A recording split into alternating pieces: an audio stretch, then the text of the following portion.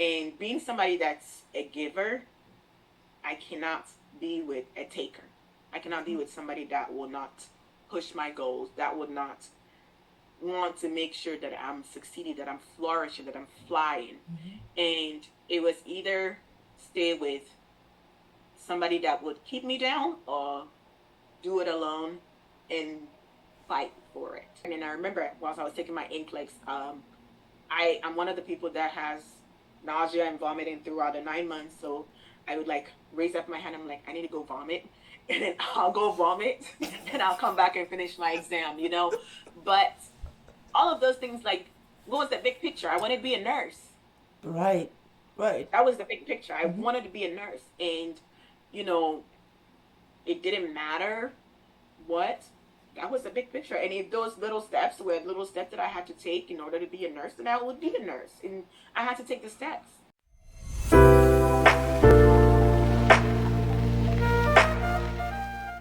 Hello, everybody. Welcome to episode 7 of the Dairy Mom podcast. My name is Diana Adair. I am the founder of the Dairy Mom. We inspire, educate, and empower mothers who may be struggling to reclaim their dreams or who may have temporarily set aside their ambitions due to the demands of motherhood.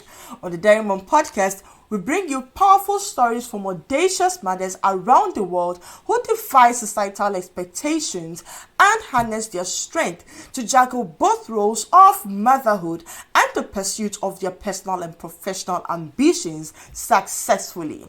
Before we begin today's conversation, I want to say thank you. Thank you to all of our new subscribers, and thank you to all who have been with us from the beginning. I appreciate you very much.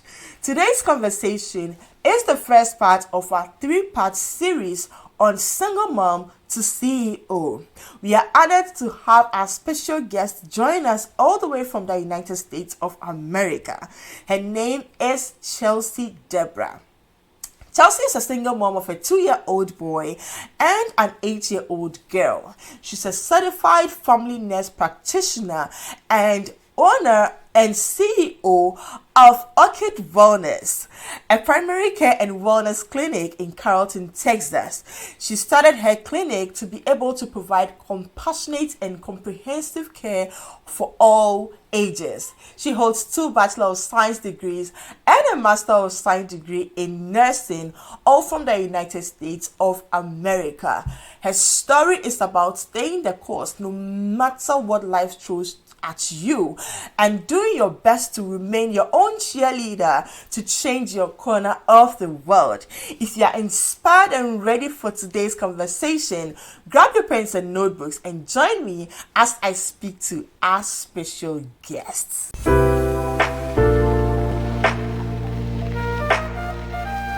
Hello, Chelsea. Welcome to the Dairy Mom podcast. How are you doing today? Doing fantastic. How are you? I am doing so well. Today I must say I am very honored to have you here, and I'm really excited about all the conversations that we are about to have. And I know it's going to get really interesting. As I read in your bio, you are a mother of 2 kids. You are a family nurse practitioner, and you are the boss. You are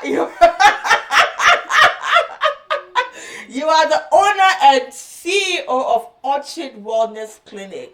Like, it takes a whole lot of like courage and guts and commitment and everything to actually even decide that you want to, start your own clinic and get to that point. So we'll come to all of that because I'm very curious. But before we get into all the dynamics of your career and everything, we want to understand a little bit about your background. Who is Chelsea? How was growing up like for you as a child, and what did you observe in terms of parenting or motherhood? Can you walk us through that experience? Okay, so I'm a single mom of 2. I have a 2-year-old and an 8-year-old. I'm sorry, a 7-year-old. My 2-year-old is going to be 3 in December. Okay. So I grew up in Ghana, in West Africa. I went to Holy Child School. Woo! Let me take a moment.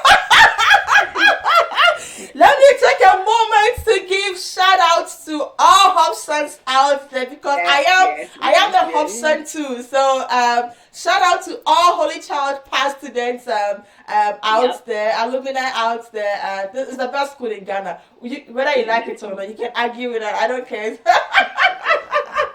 Anyway. Yeah, so I moved to the United States in 2008. My mom actually lives in the United States. She had lived here since I was about 5 years old. Oh, okay. So I actually didn't grow up with my mom. I grew up with my stepmom, who is a phenomenal woman. And I still have a very close relationship with her now.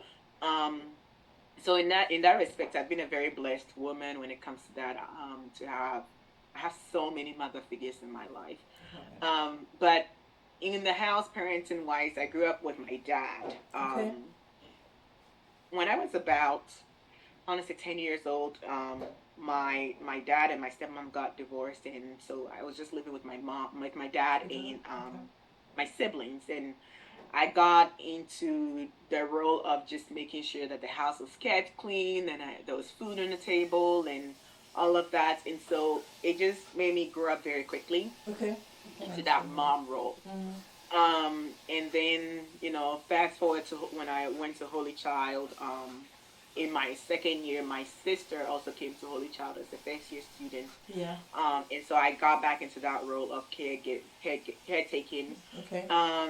And that just kind of has been my life, being in charge of taking care of other people. Okay. I remember when Holy Child in the dorm during Saturday, what's it called?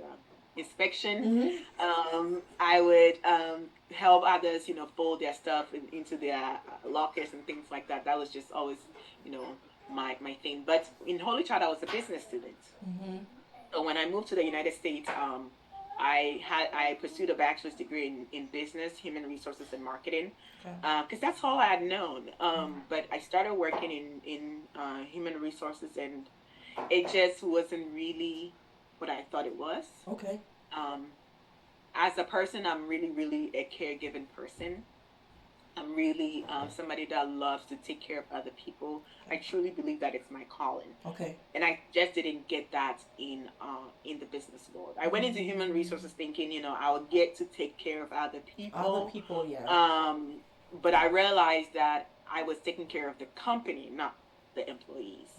And I remember so well, I was at work in human resources, and I was walking through, and somebody made a comment like, "Oh, HR is coming," and like everybody was kind of like trying to do the right things, and I was like, "Ew, I don't want to be this person. I don't want to be this person that when you're coming, people feel like they need to do the right things." Okay.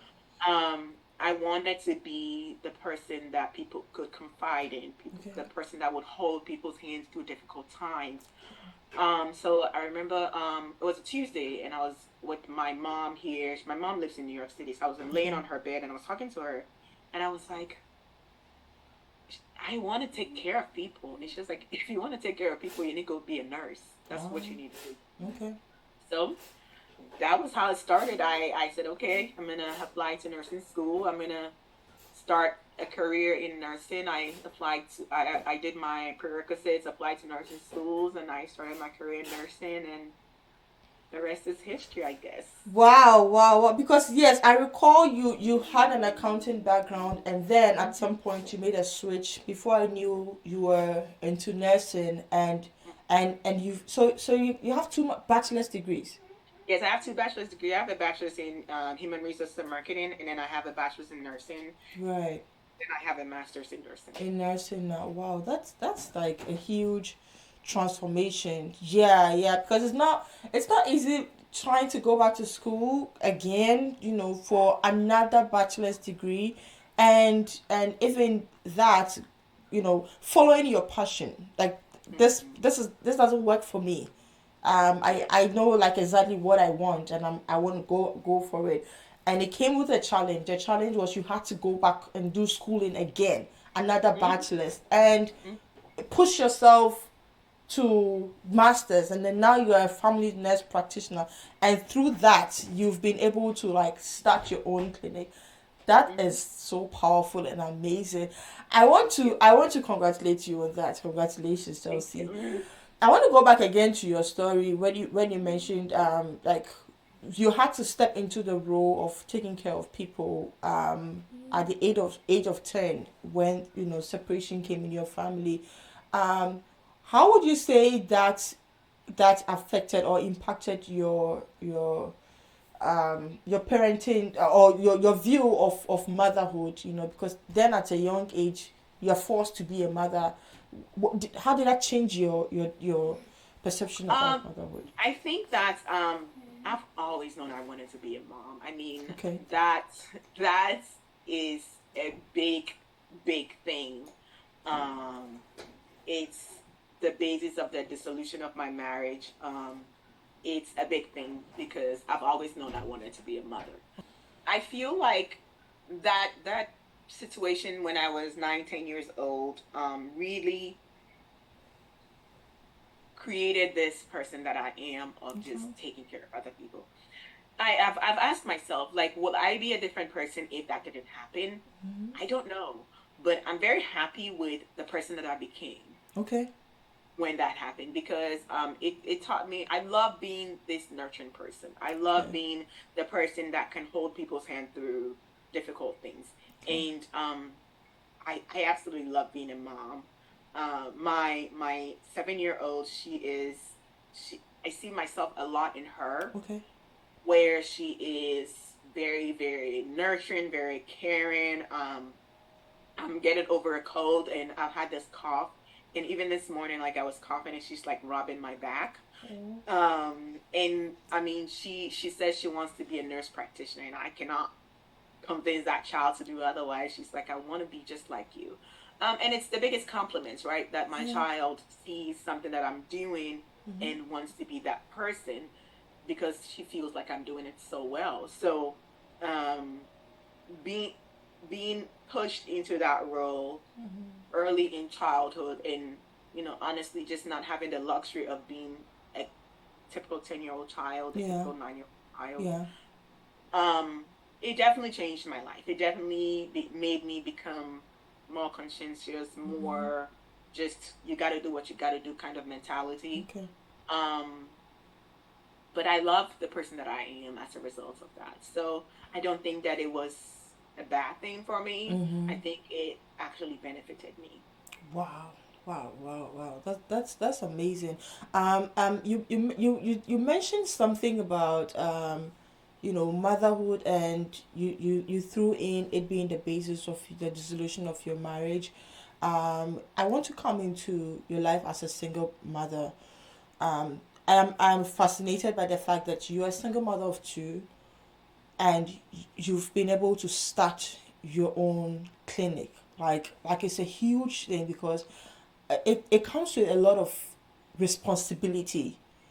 Like I'm just imagining you having to go through divorce, because I witnessed your marriage, and you having to go through divorce and having these two kids and still pushing through and get, like, can you walk us through that?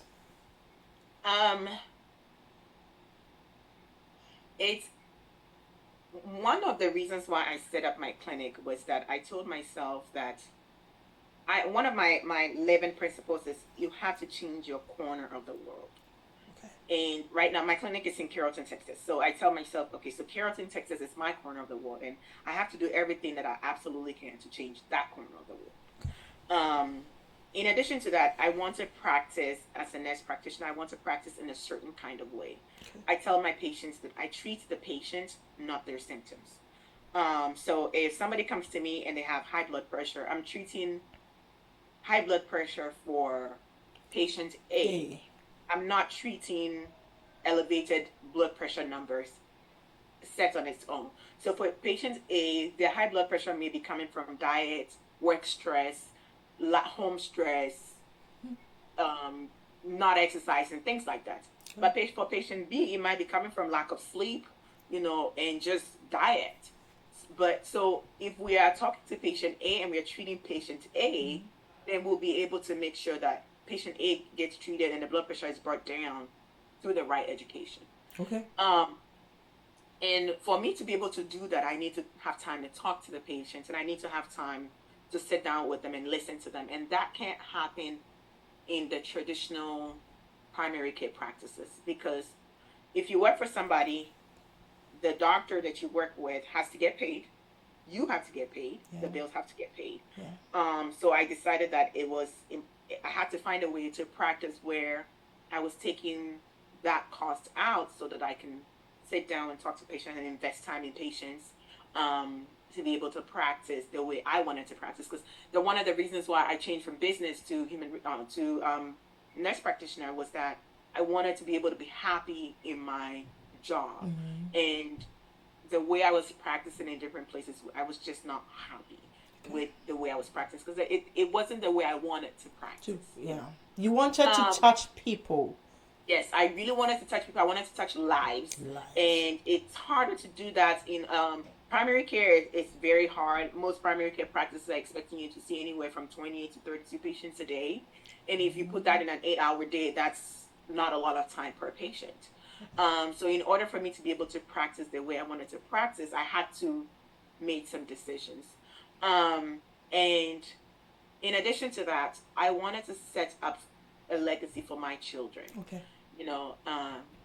I'm grateful that my daughter says she wants to be a nurse practitioner, and if she goes along those lines, I can end up practicing with her, and then being able to pass on the business to her. But if that doesn't happen at all, I can eventually sell this business and give them a good foundation. Yeah. And so either way, I think about all the lives that I'm able to change who walk through my doors.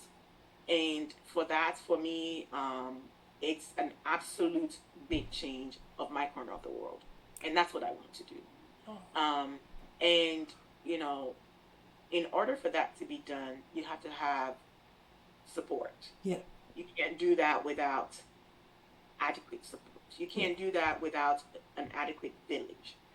And being somebody that's a giver, I cannot be with a taker.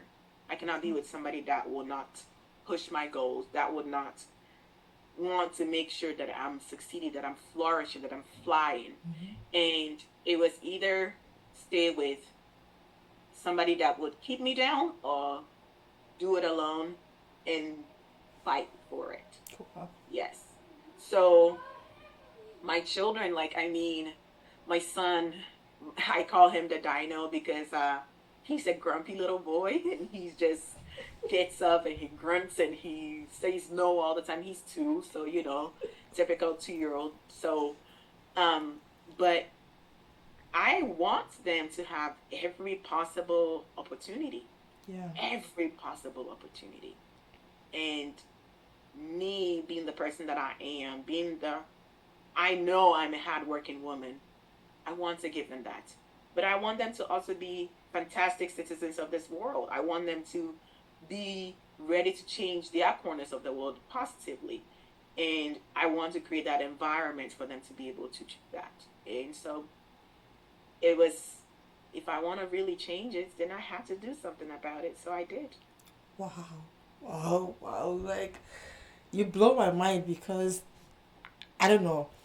Because it's for many women, right? For many women, it takes a lot of courage for you to say you are with someone, you know what you want, and you've fought so hard, you've worked so hard to get to where you are. Like, you narrate your story from 10-year-old, picking up a lot of struggles, learning how to step into the role of a mother as early as that age, taking care of your sister, and your sister is my mate, yeah, and taking care of her, and studying accounting, and then moving to a different country where your mom was, and realizing, I don't want this, I want something else, and taking that initiative to even go through the whole 4-year thing, and pushing, and then getting to the point where, okay, finally you're married, and then you are expecting that you have all the supports that you need, but then you didn't get it that way, and you had to again take the decision that I have to choose what I want. I want to get all the support to be able to fly, because I know where I want to go. I know what I want for my children. I know this is it. But I'm not getting that support from the person that I expect it from. And so I'm going to take the decision to walk away. That's big. That's really big because it doesn't come easy. How did you manage to like navigate that thought process, like to get even that courage? Because a lot of people would want to think about what am I going to do with the kids, how am I going to get the support, all that, right? And even starting a business right after that, it's not even easy.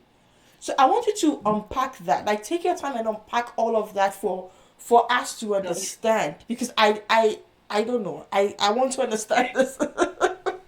so in 2020, I don't know if you know this about me, but in 2020, um, August of 2020, I lived in an apartment and everything I owned burned up in the apartment fire. I remember.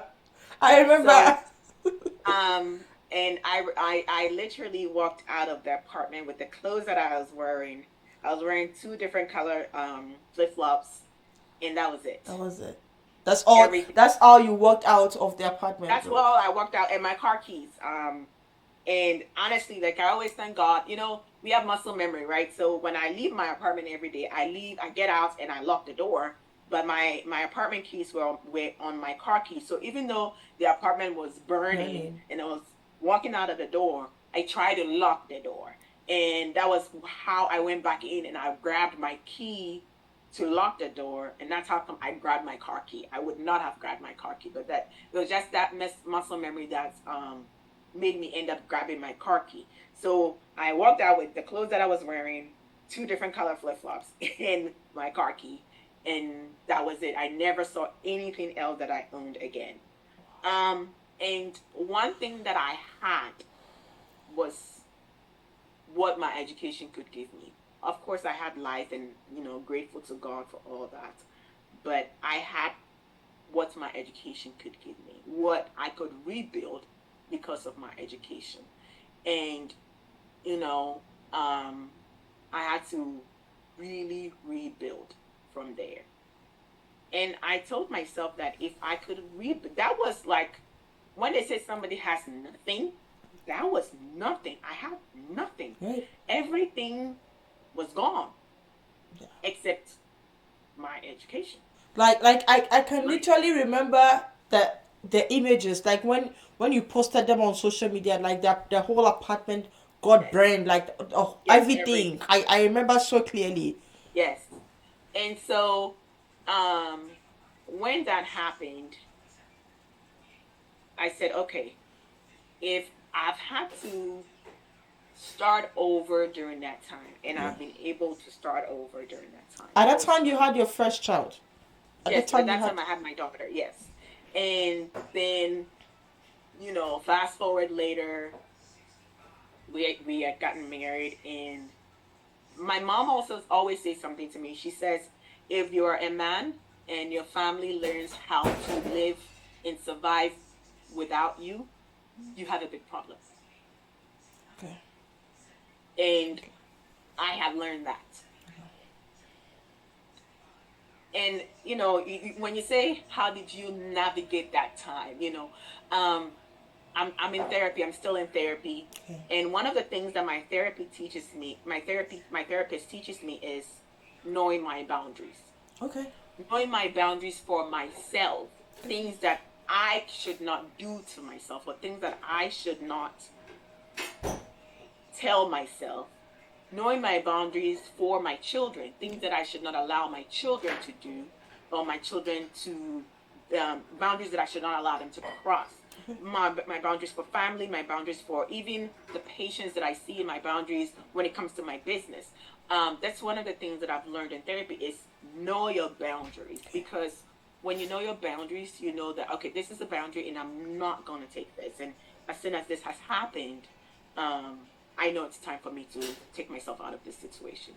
And for me, my children are my boundary. Okay. It's a big one. My children are a big boundary for me. And so even though there were a lot going on that I was taking during the marriage, um, something happened that affected the children, and that was like, okay, that's a This boundary. is it. I knew that I would not that was it. That was it. Okay. Okay. Even though I had learned to survive and exist and live without my partner, when that happened, I said, okay, that's the best. This is it. This is Um, it. and so it was, I started my business July of 2023, and I moved out February of 2024. Um, but I started, when I said started my business, I became operational. But the process to starting a business doesn't really start in a month. I started the whole process like November the previous year. Yeah.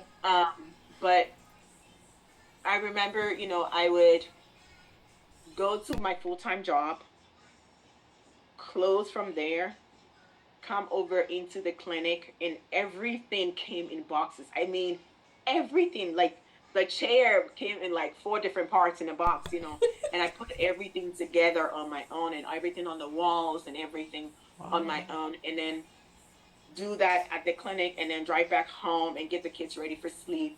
And I did that by myself. And again, this was me learning to do things on my own, again, without the support. And finally, when the thing that happened with the children, I said, okay, this is the boundary. Okay. And I'm not willing to that's my personal boundary. I'm not willing to have that boundary crossed. And that boundary has been crossed. And so it's time. Okay. It's time. And one thing that I have learned is be your own cheerleader. Okay. A lot of times we are waiting for people to encourage us. We're waiting for people to say, hey, you're doing a great job, keep going. It's gonna pay off. And be your own cheerleader. See the big picture, but take the little steps. Right? Like, see the big picture. See, okay, this is what I want to do. This is how I want to impact the world. This is how I want to practice. This is the kind of practice that I want to have. And here are the little steps that I have to take for those things to happen. Okay? And you're not always going to have somebody to say, good job. But be okay with just lifting your own hand up and just patting yourself on the back. Be okay with that. Let that be enough for you. Because if you're looking for people to say good job, you may never get it. You may never get people to say good job. Yeah. And you should be okay with that. Yeah. You should be okay with all your tests. I mean, when it comes to my story, when it comes to things burning down, when it comes to my story, when I was in nursing school, a lot of people don't know this about me, but my final semester of nursing school, I failed my final semester of nursing school by 0.7 points. And I had to repeat the semester. But I thought I was graduating. So I had already canceled my lease. I went to nursing school in Louisiana, and I was moving to Texas. And so I had already moved, signed a lease and everything. So I had to do 1 semester of nursing school, driving 4 hours to Louisiana. I would drive on Sunday, and I'll come back on Wednesday. So I did that for a semester, 4 months. So I would drive to Louisiana for 4 hours on Sunday, and then I'll drive back to Texas on Wednesday. Because my apartment was in Texas, and I lived with this Ghanaian family in Louisiana for the time for a semester to retake my last semester of nursing school. And I found out that I was pregnant with my daughter my last semester of nursing school whilst I was doing that travel.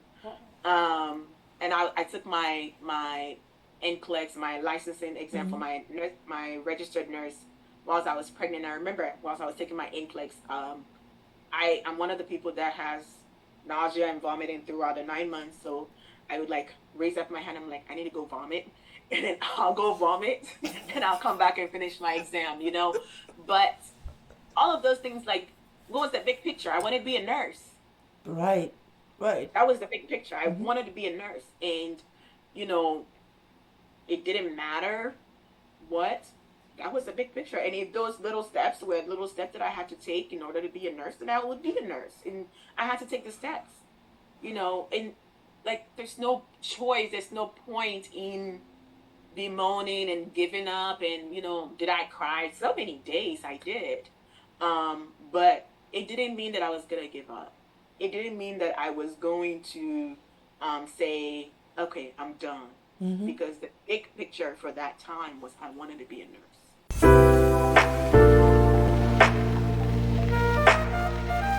Wow. It didn't mean I was going to give up. It didn't mean I was done.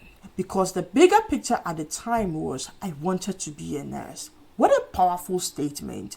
What is it that you are going through that you feel like giving up? Please keep your gaze on the bigger picture and stay the course no matter the challenges that you're faced with. I really hope you're learning something from her story. We'll bring you a part 2 of her conversation in episode 8. So stay tuned and don't go anywhere. If you haven't yet subscribed to our channel, please do so, and thank you for staying with us up until this point. If you are yet to follow us on all other social media platforms, please do so. We are on Facebook, TikTok, LinkedIn at The Daring Mom, and on Instagram we are @the Daring Mom. If you want to follow Chelsea, her IG handle is @Orchid Wellness, and I'll be putting her website in the description. It is myorchidwellness.com. Thank you so much for staying with us up until this point. And if you viewed the video up until this point and are yet to subscribe, please hit the subscribe button, like and share, and tell a friend to tell a friend about The Daring Mom. As I wrap up my video, I always end with one question. What is your hashtag, The Daring Mom story? Join me and let's do this together. My name is Diana Adair, and I am The Daring Mom.